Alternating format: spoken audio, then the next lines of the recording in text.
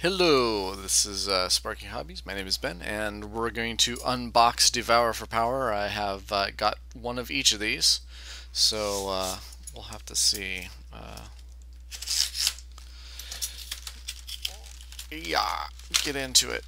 I see that the commander size are like, they have three of each of the large sets. I kind of hope that they have the small cards too, because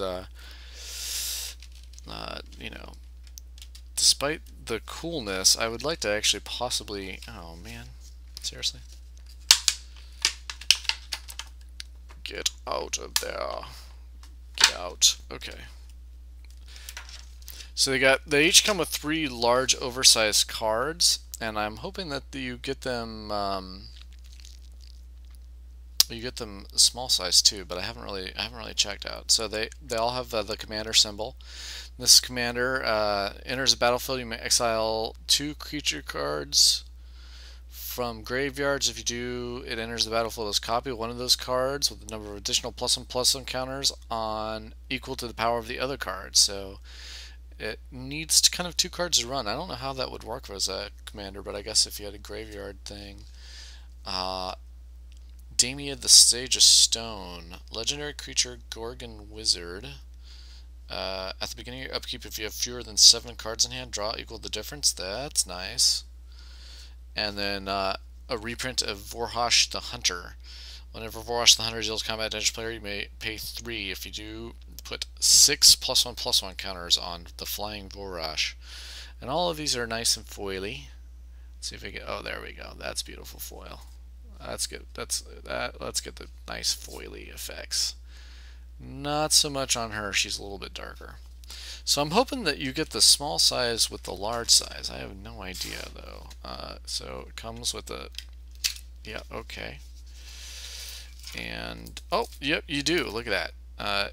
So here's the mimoplasm in a smaller size, and it comes with this.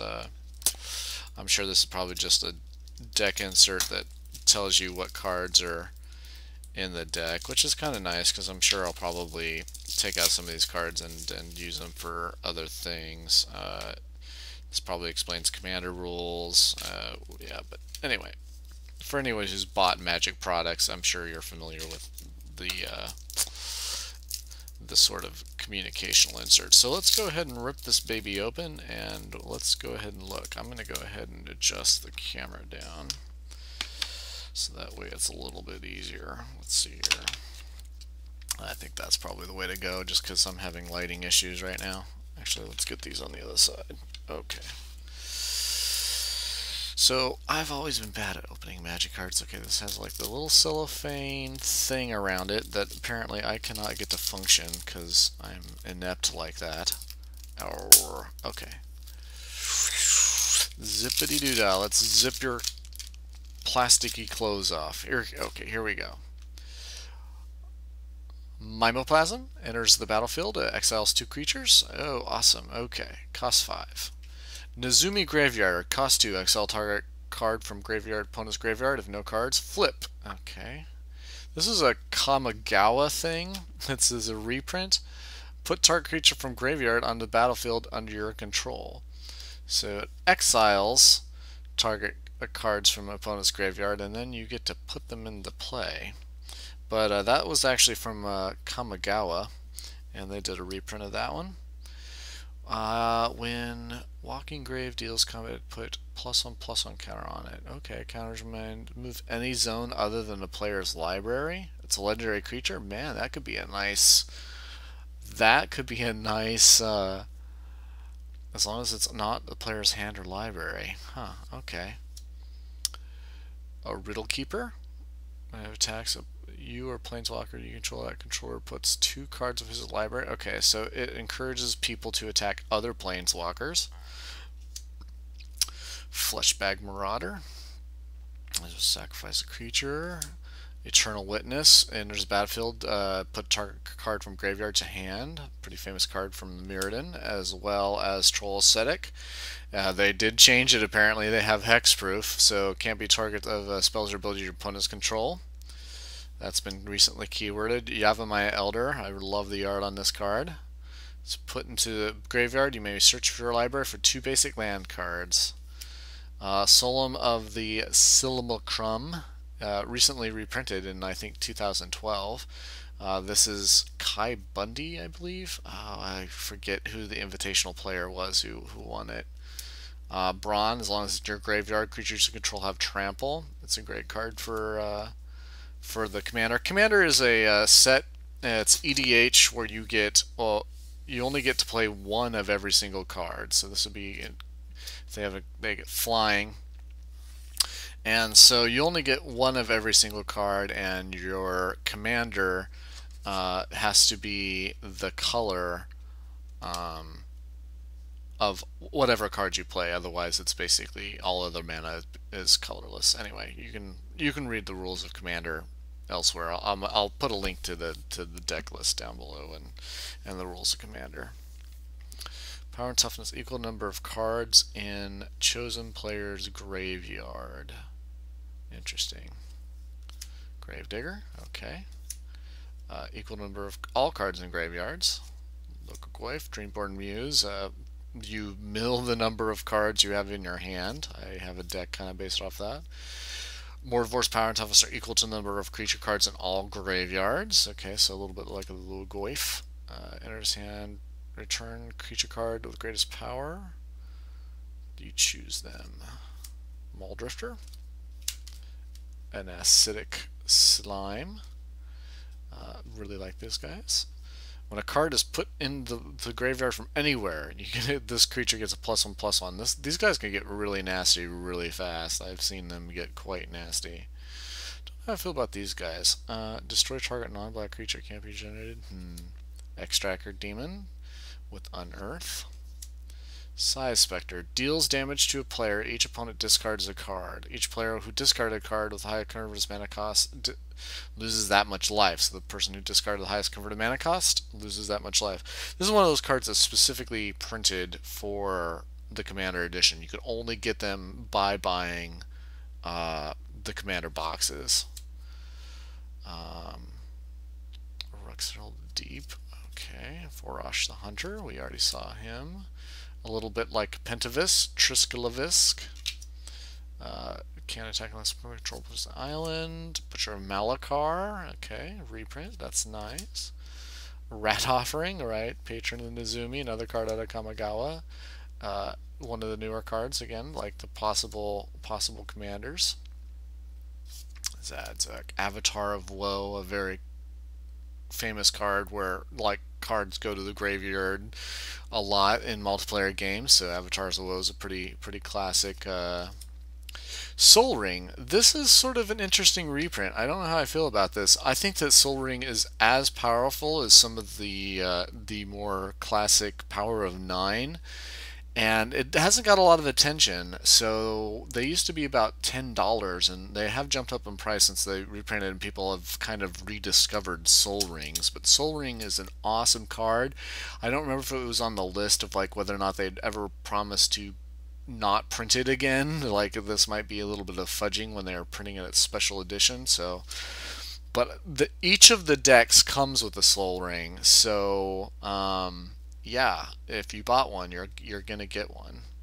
Demir Signet, Golgari Signet, Lightning Greaves. I do like the new M12 version of the Hexproof. Simic Signet, Oblivion Ring. I've never really been able to work this card very well.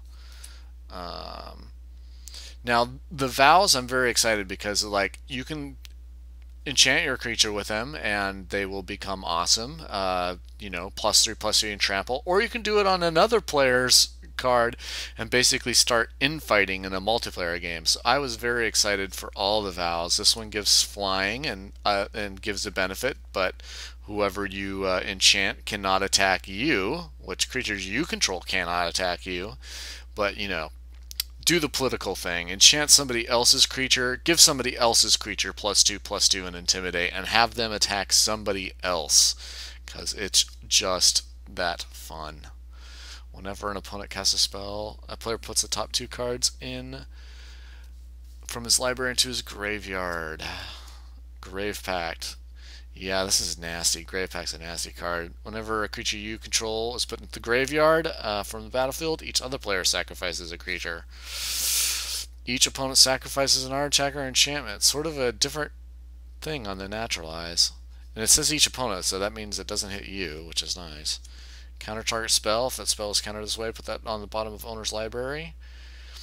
If instead of into that creator's graveyard, put spell crumble on the bottom of its library. Pretty famous card, Factor Fiction. Destroy target artifact or enchantment and up to one other target artifact or enchantment. A little bit wordy. I think they could have done a little bit better with that one. Mind's Glow. Join forces is sort of a reminder keyword that you're going to do X and gain X. So starting with you, each player will pay any amount. That's sort of like the join forces, is that you can all join in like on this multiplayer madness. So this one, starting with you, each player may pay any amount of mana, and each player draws X amount of cards, where X is the total amount of mana paid. So if you pay 3, guy behind you pays 4, next guy pays 5, you're going to be drawing like, 9 plus 3, that's 12 cards. This is craziness. I mean, I don't know how I feel about like Magic, printing exclusive cards that can only be gotten through the sets. Like not the regular expansion sets, but the special, because not everybody's really into Commander, so they may play multiplayer like me. I actually haven't played very many multiplayer at all, so yeah. Another join forces. Starting with you, pay any amount, and each player puts the top X cards of his library into his graveyard, where X is kind of an interesting mill in black. Sign in Blood, draw 2 cards, lose 2 life. Threshold, you may return that graveyard from the graveyard to the battlefield if you 7 or more. Cultivate, very good card. Windfall, each player discards his or her hand and draws equal number of cards greater than number of discards. If you have a fast hand, that'd be nice. Buried Alive, and then just put them in your graveyard, see if you can fish them out later. Okay.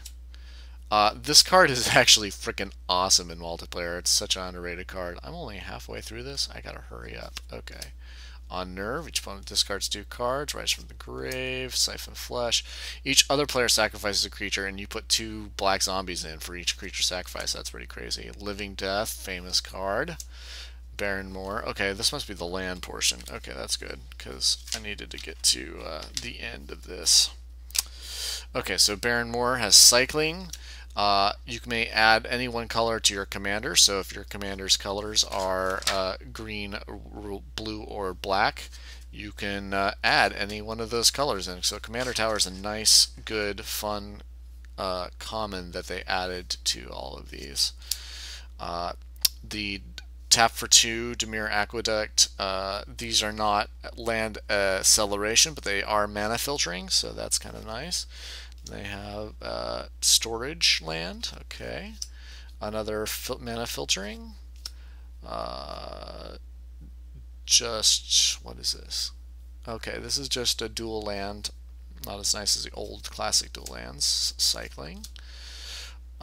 May tap for any one color, but when it enters the battlefield, you have to pay. So more mana filtering. Okay. Becomes a plant creature with a number of, where power and toughness is equal to the number of creatures in your graveyard. So it can become big.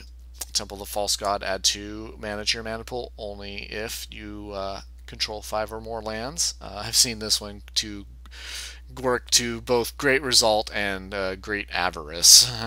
It's kind of a picky little card. Terramorphic Expanse, great card. Cycling in green, okay, and then we get into the basic lands, and let's see what they chose. Did they choose the M12 lands for art?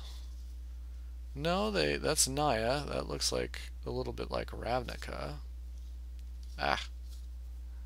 So it looks like they oh, I don't recognize that. Did they?